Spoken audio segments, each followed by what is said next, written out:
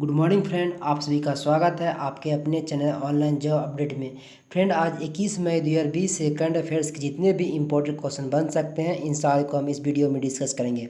इसीलिए फ्रेंड, पूरे वीडियो को ध्यान से अवश्य देखें और आप नए हैं तो चैनल को सब्सक्राइब और बेल आइकन को एक्टिव कर दें, जिससे हमारे चैनल के सभी प्रकार के वीडियो का नोटिफिकेशन मिलता रहे।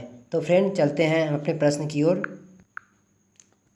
आज का हमारा प्रश्न है, एशिया के दूसरे सबसे बड़े रईस जैक मा ने किस देश के सॉफ्टबैंक के बोर्ड से इस्तीफा दे दिया है? तो इसका आंसर है ऑप्शन नंबर 1, जापान। इसके बारे में जानते हैं। एशिया के दूसरे सबसे बड़े रईस जैक मा ने हाल ही में जापानी टेक्नोलॉजी कंपनी सॉफ्टबैंक के ऑफिस साझेदारी उद्यम वीवर्क जैसे जोखिमपूर्ण निवेश को लेकर संघर्षपूर्ण स्थितियों की वजह से बोर्ड से इस्तीफा दे दिया है। हमारा अगला प्रश्न है, टाटा कंज्यूमर प्रोडक्ट्स लिमिटेड ने संयुक्त उपक्रम नरिस्को बेवरेज में किस कंपनी की हिस्सेदारी खरीदने की घोषणा की है? तो इसका आंसर है ऑप्शन नंबर 2, पेप्सिको। इसके बारे में जानते हैं। टाटा कंज्यूमर प्रोडक्ट्स लिमिटेड ने हाल ही में संयुक्त उपक्रम नरिस्को बेवरेज में पेप्सिको में हिस्सेदारी खरीदने की घोषणा की है। डील कितने की है यह बात अभी कंफर्म नहीं की गई है। टाटा कंपनी अब खाद्य और पेय पदार्थ के फैल रहे क्षेत्र में अपना विस्तार करना चाहती है। हमारा अगला प्रश्न है, आरबीआई ने हाल ही में कितनी नॉन बैंकिंग फाइनेंस कंपनीज का लाइसेंस रद्द कर दिया है? तो इसका आंसर है option number 3, 14 non banking finance company. इसके बारे में जानते हैं। भारतीय रिजर्व बैंक यानी आरबीआई ने हाल ही में आरबीआई एक्ट 1934 के धारा 45 के एक्शन ए के तहत नियमों के मुताबिक काम नहीं करने पर 14 नॉन बैंकिंग फाइनेंस कंपनीज का लाइसेंस रद्द कर दिया है, जबकि 9 एनबीएफसी यानी नॉन बैंकिंग फाइनेंस कंपनी ने खुद अपना लाइसेंस सरेंडर कर दिया है। हमारा अगला प्रश्न है,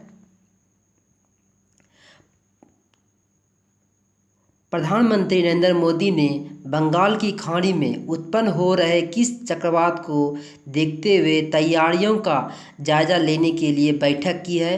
तो इसका आंसर है ऑप्शन नंबर 1, अम्फान तूफान।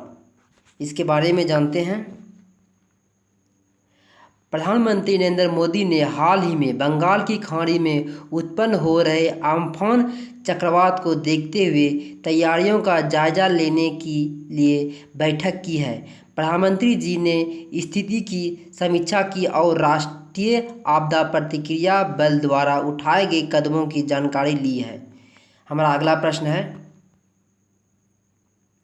हाल ही में प्रधानमंत्री की किस योजना के 4 वर्ष पूरे हो गए हैं? तो इसका आंसर है ऑप्शन नंबर 4, प्रधानमंत्री उज्ज्वला योजना। इसके बारे में जानते हैं। हाल ही में प्रधानमंत्री उज्ज्वला योजना के 4 वर्ष पूरे हो गए हैं। इस योजना से देश के 8 करोड़ से अधिक परिवारों की मदद मिली है। इस योजना का उद्देश्य मुख्य रूप से ग्राम क्षेत्रों में रहने वाले गरीब परिवारों का स्वच्छ खाना बनाने के लिए ईंधन उपलब्ध कराना है। हमारा अगला प्रश्न है, हाल ही में किस राज्य सरकार ने कोरोना वायरस के बढ़ते मामलों की वजह से धारा 144 को 3 महीने के लिए बढ़ा दिया है? तो इसका आंसर है ऑप्शन नंबर 3, छत्तीसगढ़ सरकार ने। इसके बारे में जानते हैं। छत्तीसगढ़ सरकार ने हाल ही में कोरोना वायरस के बढ़ते मामलों की वजह से धारा 144 को 3 महीने के लिए बढ़ा दिया है।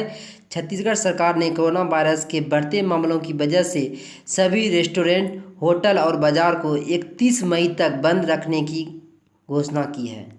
हमारा अगला प्रश्न है, गृह मंत्रालय ने हाल ही में किस पर नज़र रखने के उद्देश्य से राष्ट्रीय प्रवासी सूचना प्रणाली की शुरुआत की है? तो इसका आंसर है ऑप्शन नंबर 3 प्रवासियों।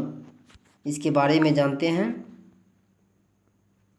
गृह मंत्रालय ने हाल ही में प्रवासियों पर नज़र रखने के उद्देश्य से राष्ट्रीय प्रवासी सूचना प्रणाली की शुरुआत की है। इस पोर्टल के माध्यम से एक राज्य से दूसरे राज्य की यात्रा करने वाले प्रवासियों का एक केंद्रीय कोष और संपर्क साधने में सहायता मिलेगी। हमारा अगला प्रश्न है,